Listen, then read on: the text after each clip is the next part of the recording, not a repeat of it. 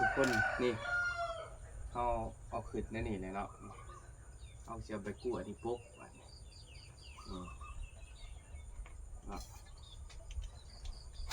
กเลยแบบปุ๊บ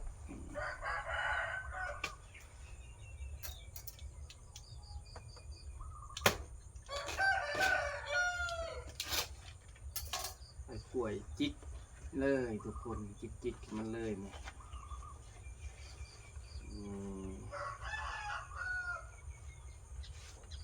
เขาจะไปอบแห้งเนาะเพื่อฤดูฝนเขาลำบากเนาะเขาต้องเห็ดแบบนี้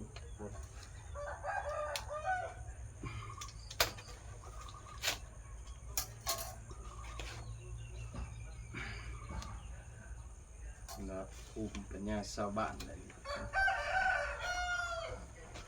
จิกเลย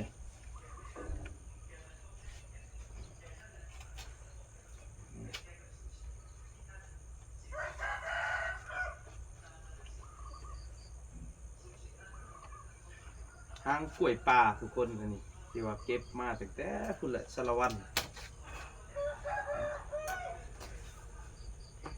ก็เป็นขึ้นผู้เลยเห็นมันงามเลยก็เลยมาปลูกกล้วยป่านี่ก็ได้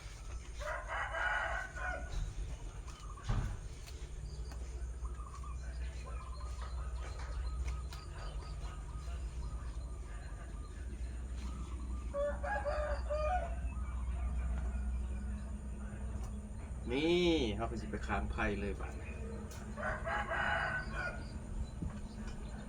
ค้างไผ่เลยบ้านไปชมกันเลยทุกคน